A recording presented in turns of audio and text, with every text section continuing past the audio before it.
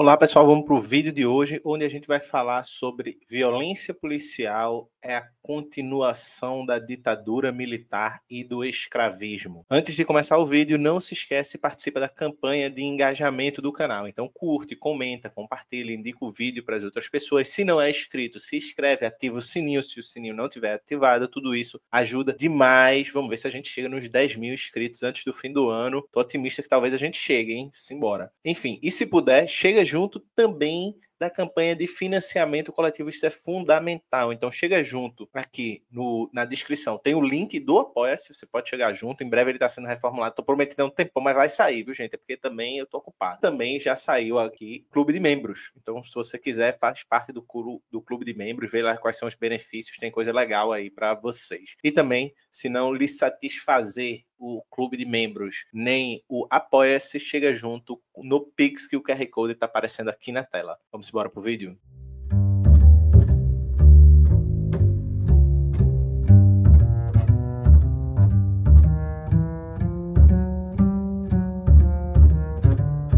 Então, pessoal, essas últimas semanas, essa semana em especial, a gente foi vendo a circulação de uma série de notícias envolvendo violência policial. Parece que a polícia, que sempre foi violenta, ou seja, não tem muita novidade nesse quesito, a polícia brasileira sempre foi extremamente violenta. A circulação dessas notícias de violência passam a impressão de que a polícia brasileira saiu de vez do controle e coisas do tipo. Né? Não é muito bem minha percepção, mas essa é a impressão que passa o debate público. De todo jeito, a circulação dessas notícias fazem a gente questionar o lugar da polícia na nossa sociedade, o lugar dessa violência policial na nossa sociedade. Por que nós temos uma polícia tão violenta? Por que tamanha violenta no trato com a população da polícia, se, ao menos teoricamente, somente se a polícia deveria ocupar um espaço de segurança das pessoas, né? Ou seja, tornar o ambiente público seguro e não você olhar para a polícia como uma ameaça em potencial, ainda que essa ameaça em potencial seja direcionada para um público específico, para uma classe específica, para uma cor de pele específica, que nós sabemos no Brasil muito bem quais são esses direcionamentos. De todo modo, essas notícias, tanto aqui em Pernambuco, com o rapaz foi assassinado pela PM,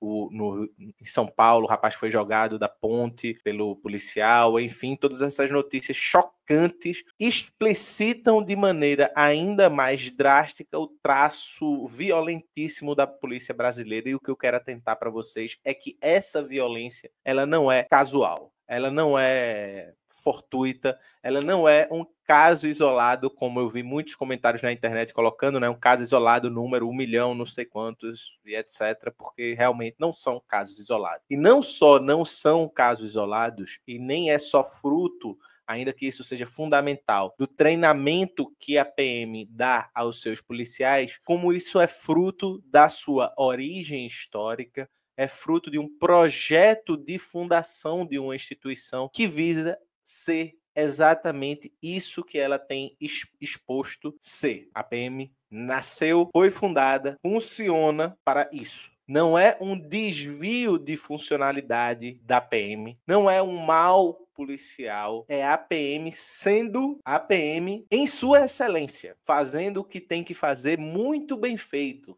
E possivelmente tais policiais são excelentes policiais, ótimos policiais, pois o trabalho deles é fazer exatamente isso. E a gente percebe essa lógica da PM, seu caráter de classe, de raça, quando nós analisamos os dados. A Agência Brasil traz, e veja, essa notícia é publicada em 12 de 1 de 2023, ano passado, que o relatório, que é da Human Rights, aponta aumento da violência policial e ataques à democracia. Violadores dos direitos humanos precisam ser responsabilizados, diz a ONU. Em relatório divulgado hoje, 12, pela organização não governamental Human Rights Watch, chama a atenção para a necessidade de responsabilização em caso de violação dos direitos humanos. No Brasil, o documento destaca o aumento da violência policial, dos crimes ambientais e contra populações indígenas, além de ataques à democracia. Para a Human Rights Watch, a responsabilização por graves violações de direitos humanos é fundamental para que a gente possa construir uma nova agenda de defesa de direitos humanos, enfatizou a diretora do Escritório Brasileiro da Organização, Maria Laura Canineu. Vamos para a parte de violência policial. Violência policial, o relatório ainda destaca que 84% das 6.146 pessoas mortas pela polícia em 2021 eram negras. Ou seja, como eu tinha falado para vocês, o caráter da violência da polícia ele não é aleatório, ele é direcionado a uma certa classe que no Brasil tem uma certa cor, que é a classe trabalhadora negra, a pessoa periférica negra que mora nos morros, que sob a justificativa especialmente da guerra às drogas e pela estereotipização do corpo negro na nossa sociedade, colocada como alvo prioritário dessa violência policial. Portanto, de todos os números de mortes pela polícia em 2021, 84% das pessoas são negras. Embora algumas mortes pela polícia ocorram em situação de legítima defesa, muitas resultam do uso ilegal da força, como enfatiza o documento, né? E quando põe muitas, é muitas mesmo, né? Segundo o contexto, a ONG informa que 3 das 5 operações policiais mais letais da história do estado do Rio de Janeiro ocorreram em 2021. Na verdade, aqui é entre 2020 e 2021, tá? A operação mais letal, em maio de 2021, deixou um policial e 27 moradores mortos na comunidade do Jacarezinho, zona norte do Rio de Janeiro. A falta de investigação sobre as mortes é, segundo o HRW, um problema que não só no Jacarezinho, mas levou muitos outros casos, abre espaço para a responsabilização e manutenção da violência policial. Ou seja, quantos casos de violência policial não dá em nada, o cara vai sofrer somente um processo disciplinar ali de fachada para dar alguma resposta à mídia e fica por isso mesmo. Para César Munhoz, pesquisador da ONG, o Ministério Público precisa reforçar o papel de fiscalização da atividade policial. O controle externo é um desafio enorme no Brasil, é um problema crônico que piorou no governo Bolsonaro, porque tivemos mais descontroles da polícia, ou seja, é preciso criar, e a gente vai ver isso já já, um conjunto de formas de ter controles externos da polícia. A polícia faz o seu próprio controle e, portanto, não tem controle nenhum. Se quem pratica violência é quem controla a própria violência que pratica, não há controle da violência. Isso é uma questão óbvia, né? Tem a questão dos sistemas disciplinares da polícia, que são muito poucos transparentes, né? Cada estado tem um diferente e alguns ainda são da época da ditadura militar. Ele ainda faz um apontamento, mas que a gente vai entrar aqui, sobre a lei de anistia e sobre a violência policial dentro de territórios indígenas. Isso é muito importante. No caso do meio ambiente e dos povos indígenas, o relatório afirma que houve enfraquecimento da fiscalização, o que fomentou o aumento do desmatamento e o ataque a ambientalistas e comunidades tradicionais. Com base no Conselho Indigenista Missionário, o documento diz que houve, em 2021, comparado com 2018, um aumento de 180% no caso de invasões, extrações de madeira, garimpo, pesca e caças ilegais em territórios indígenas. O relatório ressalta, porém, que o número de autos de infração ambiental também caiu 33% no primeiro semestre de 2022, certo? Então, você veja que essa questão, ela perpassa justamente grupos sociais vulnerabilizados e pobres, né? Então, você tem, de um lado, o alvo, né? Comunidades, favelas nos grandes centros urbanos, e no campo você tem povos quilombolas, povos indígenas, camponeses lutando pela terra, que são os mais atingidos, ambientalistas, que são os mais atingidos pela violência policial. Ou seja, há um caráter específico da violência policial no Brasil. Ela não é aleatória, por isso que eu digo que isso não é um problema no treinamento, mas é um resultado desse treinamento. Não é um problema no projeto de fundação da Polícia Militar, pelo contrário, é o resultado desse projeto, como nós vemos. A agência pública também fez outra matéria que é legal a gente ler algumas partes para vocês, né? Que é também reverberando o relatório sobre violência no Brasil da Human Rights Watch. Violência policial no Brasil cresce desde 2018. Em 2022, 6.400 pessoas foram mortas por policiais, né? Essa matéria de 2024, do início do ano, né? Ainda reverberando o relatório. Então, César Munhoz vai dizer, né? O que eu vejo é a continuação de uma tendência muito ruim. O número de mortes causadas pela polícia chegou chegou a mais de 6 mil em 2018 e desde então continua nesse patamar. A violência policial no Brasil é altíssima, né? Com base em dados no Fórum de Segurança Pública, a HRW destaca que em 2022 foram mortas por policiais em serviço e de folga 6.400 pessoas no país. Munhoz acrescenta que 80% dos mortos no Brasil são pessoas negras, reforçando o dado que a gente viu na matéria passada. Em São Paulo, após uma queda de 59% em 2 anos, o registro de aumento em 2023, de janeiro a setembro do ano passado, o número de pessoas mortas por policial em serviço em São Paulo aumentou 45%, e aí muito fruto do governo Tarcísio, né? A letalidade policial está, segundo o diretor da ONG, diretamente ligada a crimes cometidos por agentes do Estado. A corrupção policial está muito vinculada com a violência, porque o policial abusivo tem o poder de extorquir. O policial abusivo pode abusar da população com impunidade, pode matar sem nenhuma penalidade. Ele tem a decisão sobre a vida ou a morte, então pode exigir dinheiro para matar, para não matar. Ou seja, há um imbricamento entre esse projeto de polícia, e aí a gente inclusive pode fazer a ligação a estudos que mostram isso, inclusive na Revista Brasileira de Segurança Pública há estudos, há artigos que mostram isso, essa ligação entre a PM, né, a lógica da polícia militar, por que a polícia militar se parece tanto com a milícia e por que a milícia se parece tanto com a polícia militar, porque a lógica da polícia militar e da PM passa exatamente por esse caráter de poder matar e não acontecer nada, né, de poder decidir sobre a vida das pessoas. E aí é importante,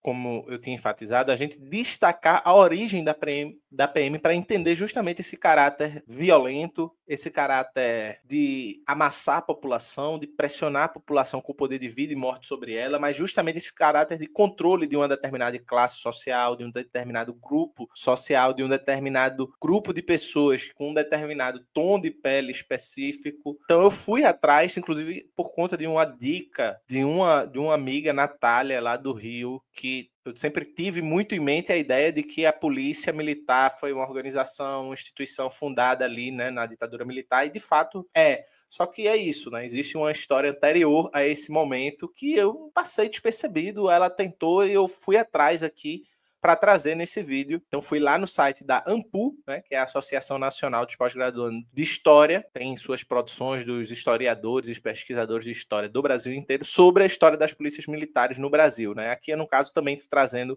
um estudo específico sobre a Brigada Militar do Rio Grande do Sul, de Lucas Cabral Ribeiro, e alguns pontos só para a gente ter elementos gerais sobre essa história antes dessa institucionalização que funda a PM como a gente conhece hoje, que é na ditadura militar, tá? Mas antes, as primeiras forças de segurança do Brasil, elas estão ligadas, né, nos primeiros períodos do Brasil Império. Não se pode fazer uma referência à polícia militar profissionalizada. Na verdade, o que encontramos sobre a realidade dessas polícias é que eram frágeis, incapacitadas, pouco articuladas e disciplinadas, mas que servia para as necessidades da época. Ou seja, não é uma instituição polícia militar como a gente entende hoje, muito distante do que tem hoje, mas foram os primeiros passos de uma instituição de segurança militar no Brasil. Só com o passar dos anos e com a consolidação do Império que veremos a polícia receber funções mais específicas e uma organização urbana e todas as atribuições jurídicas necessárias para o funcionamento da polícia militar, ou seja, demora um tempo para ela se instaurar. E aqui ele traz uma citação de Nelson Werneck Sodré sobre um dos elementos fundamentais desse processo, dessa origem dessas forças militares de segurança militar no Brasil, né? E aí diz Nelson Werneck Sodré: criando o Guarda Nacional em 1831, a classe dominante, ou seja, está ligado essa origem à classe dominante brasileira, e que era a classe de senhores de terras e de escravos, numa fase que tratava intensa luta para manter-se o controle do aparelho de Estado, estava forjando instrumento militar que necessitava e empreendendo a neutralização de forças armadas regulares. Ou seja, tem toda uma característica de que essas forças militares de segurança surgiam para e pelos interesses de uma classe dominante, que era uma classe de senhores de terras e de escravos. E com isso, é muito fácil fazer a associação de que, por óbvio, se ela surge com os interesses dos senhores de terras e de escravos, é factível dizer que os alvos são pessoas pobres e pessoas escravizadas do Brasil nesse período, em 1830, nessa faixa histórica. Mas na frente, o Muniz, né, que é o Muniz Sodré, vai falar, né? A Guarda Real era uma força de tempo integral, e aí já outro aspecto dessa força militar, era uma força em tempo integral, organizada em moldes militares. E aí isso é muito importante. As forças de segurança já nascem com esse caráter de serem organizadas sobre modelos militares, tal qual a PM, organizada sobre modelo militar, e subordinada ao Ministério da Guerra, e, portanto, um caráter, né, de combate e não de segurança, e a intendência de polícia pegava seus uniformes e salários. Tinha como função a atribuição de patrulha para reprimir o contrabando, manter a ordem, e a gente sabe muito bem qual é o conceito de ordem nesse período, né? Ou seja, manter a ordem escravista, escravocrata, como a gente estava falando, tanto que ele vai dizer manter a ordem, capturar e prender escravos, desordeiros, criminosos, etc. Ou seja, proteger a propriedade, como em outro artigo que eu vi, mas como ia ficar muito longo, se não ficaria muito longo o vídeo, cuidar da propriedade que anda. Né? Esse termo que era usado na época pelas forças militares caracteriza muito bem esse sentido do que está sendo dito, né, aqui pelo Muniz Sodré. Proteção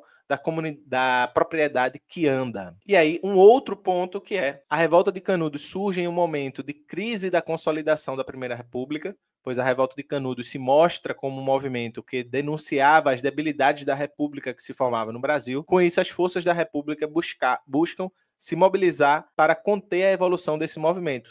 Segundo Nelson Werneck Sodré, aí aspas para Sodré, a República estava ameaçada, era imprescindível mobilizar-se em sua defesa toda a opinião nacional. Aquele levante camponês, travestido de fanatismo religioso, denuncia a realidade a que limites o latifúndio levara seus malefícios já nos fins do século. Ou seja, também havia um caráter muito forte de repressão de mobilizações populares. Mais na frente do artigo, eu vou colocar o link aqui para vocês na descrição desse artigo, mas na frente do artigo ele vai falar de outras mobilizações populares que também está ligada ao uso pesado do aparato de repressão do Estado para conter tais mobilizações populares. Ou seja, de um lado você tem direcionamento das forças militares contra pessoas escravizadas, ou seja, contra as propriedades que andam, pessoas negras escravizadas que foram tiradas, sequestradas de África e trazidas para cá. E do outro lado você tem o uso dessas mesmas forças de repressão para manter a ordem, que manter a ordem significava garantir que as mobilizações populares de revolta, de protesto, as pautas populares não ganhassem corpo social, não ganhassem volume social e mantessem a ordem do império, mantendo o poder em quem tem o poder, os proprietários de terra, os proprietários de escravos. Então isso denuncia muito a origem histórica, essa espécie de solo de onde a PM vem a surgir futuramente. E se esse é, por assim dizer, a pré-história da PM, o solo que permite surgir a PM, né? Ou seja, dentro dessa história de forças de segurança militarizadas no Brasil, que vem lá do Brasil Império e que na ditadura militar consolida esse legado com a criação das polícias militares, a gente tem aqui um breve, inclusive esse site eu recomendo muito, todos esses links vão estar na descrição, gente. Então eu recomendo muitíssimo que vocês leiam os materiais, certo? Para formar as suas opiniões. No site do Memória da Ditadura Militar, que é um site importante sobre essa tentativa de juntar materiais de maneira didática sobre sobre a época da ditadura militar, vai ter um pequenininho texto sobre o surgimento das polícias militares no Brasil. Aqui tem uma foto, né, de um desses primeiros batalhões. Então vamos lá. Apesar da prática dos homicídios como forma de limpeza social, tangenciais organizações policiais desde as décadas de 60 e 70, naquele momento havia a necessidade de lidar com as mortes cometidas por policiais no âmbito das atividades extraoficiais. A morte em decorrência de intervenção policial, como ação passiva a ser registrada pelas instituições policiais, passa a ser parte do cotidiano policial apenas nos anos 70, com a entrada da polícia militar no policiamento ostensivo. Quando vai falar de tortura, a matéria fala: no período da ditadura militar, a PM ficou responsável tanto pela repressão policial relacionada ao regime ditatorial, como pela repressão da criminalidade urbana a partir da vigilância das ruas. A entrada da PM no policiamento ostensivo nos anos 70 marcou a segurança pública brasileira,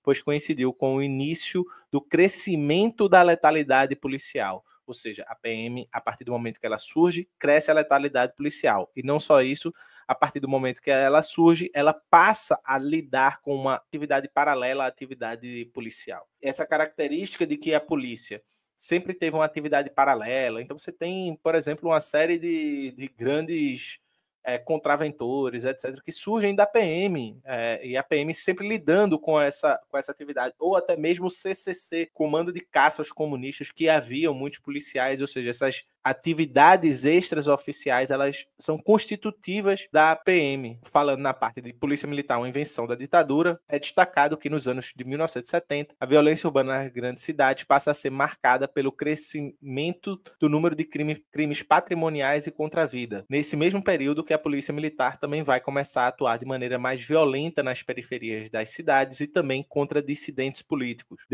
E aqui, atuando de maneira mais violenta nas periferias da cidade, então você está falando principalmente da população negra do Brasil e contra dissidentes políticos, contra revoltas políticas de cunho populares, né? Desde que foi no Brasil Império como era, do mesmo jeito, você tem uma continuidade desse processo. Desde sua criação, a violência policial é vista como um instrumento legítimo do controle do crime. Assim, o medo e a construção social da imagem do bandido, ou seja, há também a construção da imagem do bandido nesse momento da criação da Polícia Militar, em 1970, que legitima a ação violenta. E a gente sabe qual é essa imagem do bandido que vai ser criada pela polícia. Como alguém que merece ser assassinado, faz com que pessoas tolerem os homicídios cometidos por policiais, desde que as vítimas sejam supostos bandidos.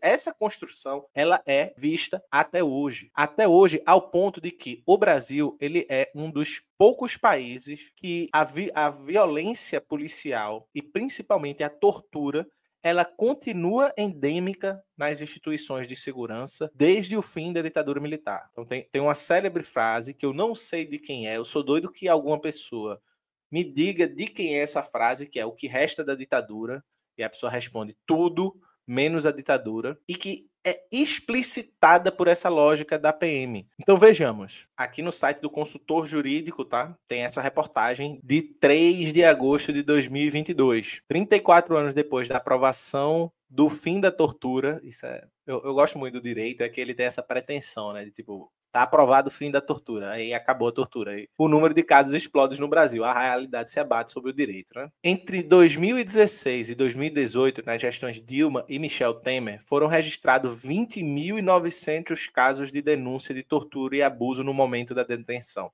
Esses casos estão registrados no CNJ como torturas e maus-tratos. Então você vê aqui que a crescente no número de torturas no Brasil, ela é constante. Então, veja, você pega de 2016, se você for antes, você vai ver que esses números continuam crescendo. 2016, 4.300, 2017, 8.400, é um salto bizarro aqui. 2018, 8.200, aí depois outro salto bizarro em 2019, 13.900, aí é uma queda brusca em 2020, 6.600, outro aumento brusco em 2021, 12.400 e em 2022, 11.200. E aí, segundo a desembargadora Kenarique Boikian, espero que eu esteja falando certo, ela fala que, infelizmente, violações desse tipo são frequentes. Basta lembrar o que disse o atual presidente do Brasil, que louva a tortura, campeia nas prisões e fora delas, algumas vezes a olhos vistos, mas nem sempre. Ela continua. Em 1988, o país fez uma opção pelo Estado Democrático de Direito, que abraça os direitos fundamentais como sua coluna vertebral. Esse Estado Democrático, aí vem meu ponto, né? O Estado Democrático brasileiro, ele é geograficamente delimitado, né? Ou ele existe para quem mora na periferia do Brasil? Ao meu ver, não. Penso que é herança do passado escravista. A gente viu que é uma herança do passado escravista, mas não só do passado escravista, do passado escravista que é indissociável de um passado elitista da elite brasileira, dessa burguesia brasileira, do passado de escravidão, do qual ainda não conseguimos nos libertar. A tortura não acabou com o fim da ditadura civil militar. Em uma outra reportagem, né, uma outra matéria do Memórias da Ditadura, Violência Policial no Brasil, vai falar alguns pontos importantes, que são pontos que atentam para medidas que a Comissão Nacional da Verdade apontam para lutar ou tentar romper com essa continuidade, com essa linha de continuidade entre a violência praticada na ditadura militar e o seu passado e as forças de segurança no Brasil hoje. Então você tem a necessidade de um maior controle externo sobre atividades policiais, o fortalecimento dos órgãos de controle das forças policiais, um papel mais ativo do Ministério Público sobre denúncias de violência cometidas por agentes públicos, maior responsabilização e punição para agentes públicos que cometeram violações de direitos humanos, necessidade de uma formação voltada aos direitos humanos direcionada a agentes públicos encarregados da repressão, criação de mecanismos que inibam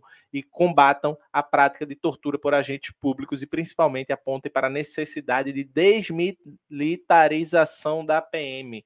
Isso é uma medida fundamental que boa parte da esquerda abandonou sob a justificativa dessa guinada ao centro e que não leva a lugar nenhum. Então você tem uma retroalimentação dessa lógica pela própria esquerda. Então você tem, por exemplo, o atual governo Lula que usa o dinheiro do BNDES para privatizar presídios, alimentando ainda mais essa lógica de violência, da militarização da segurança pública e etc. Quando a lógica tem que ser oposta, uma lógica de desmilitarização das forças policiais, desmilitarização das forças de segurança, até porque as forças de segurança no Brasil, elas atuam sobre uma lógica de combate ao inimigo interno. E nós sabemos quem é o inimigo interno pelo que nós vimos até. Inimigo interno é o povo preto, o povo pobre, o povo indígena, o povo quilombola, o povo do campo, o militante do campo, as rebeliões populares. Esses são os inimigos internos. Ou seja, para finalizar, essas imagens que nós vimos essa semana, imagens chocantes, que têm têm feito o debate público voltasse um pouco os olhos para a atuação da Polícia Militar, voltasse um pouco os olhos para a violência militar, ainda que essa violência não seja novidade nenhuma para as pessoas que moram nas periferias, para o povo preto, para o povo indígena, para o povo quilombola, para o camponês, enfim, que mora nesse país. Isso não é novidade nenhuma, nada disso é novidade. Essa violência bárbara, essa violência que muitas vezes parece, quando a gente vê essas imagens, que a PM surtou, que a Polícia Militar está aloprando de qualquer jeito. Não é. Isso é sistemático da Polícia Militar no Brasil. Se é sistemático, a gente precisa, como aponta o Memórias da Ditadura, de um processo de refundação das forças de segurança que passe por um processo de desmilitarização das forças de segurança, que a retirem de uma lógica de combate do inimigo interno. Basta ver que, por exemplo, se você pega Rodrigo Pimentel, acho o nome dele, né, que inspirou o Capitão Nascimento, etc., quando ele vai falar porque ele começou a querer participar da polícia, ele dizia que queria participar da guerra. E na PM ele podia participar de combates e voltar para casa à noite. Então você tem um processo de combate de um inimigo interno que é um inimigo específico. Ou seja, além de tudo, além dessa guerra interna que nós vivemos, pelos números, inclusive, se você pega os números de mortos no Brasil, de assassinatos no Brasil, de assassinatos cometidos pela PM no Brasil, segundo a ONU, se você pegar isso, você pode categorizar o Brasil como um país em guerra. Uma guerra que tem como seu principal alvo a sua própria população, uma parte dessa população, uma parte sociologicamente determinada, e que tem um objetivo específico essa guerra, que é o controle de classe, o controle das populações, a seguridade de certo grupo social contra um outro grupo social tido como marginal, como alheio a essa sociedade, alheio ao Estado democrático de direito. Se a gente tem uma sociedade de capitalismo dependente fundada pelo escravismo, pela escravidão, pela submissão sistemática de certos corpos, pela submissão e a superexploração do povo trabalhador, você tem também, em paralelo a isso, a criação e reconstrução ao longo da história do Brasil de forças de segurança que visam e visaram e ainda continuam fazendo esses processos de violência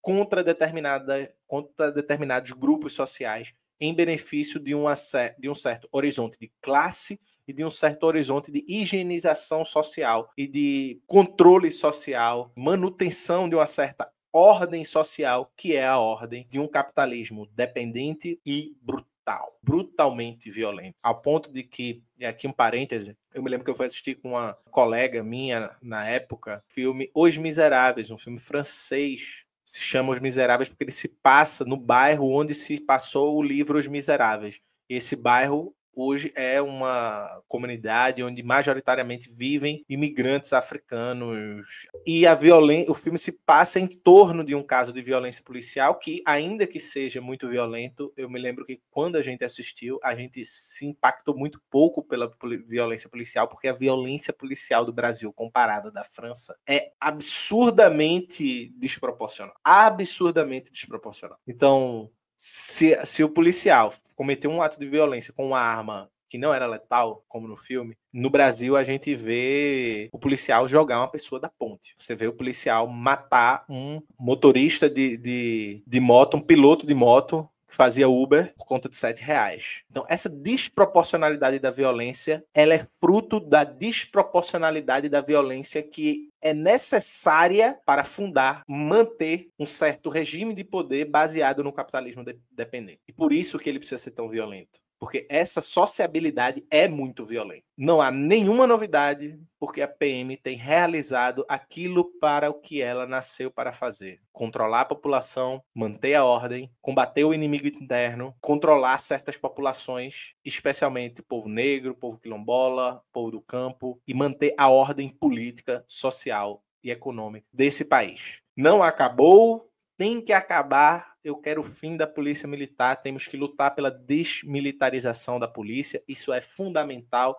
é uma pauta importantíssima para que a gente rompa de vez com esse passado das forças de segurança, esse passado que é escravista, que vivia correndo atrás da propriedade que anda, esse passado que vivia de tortura nos porões da ditadura, nesse passado que é presente ao atualizar tudo isso nas violências que continua cometendo e que continua fazendo. É isso. Até semana que vem, meu povo. Tchau, tchau e até a próxima.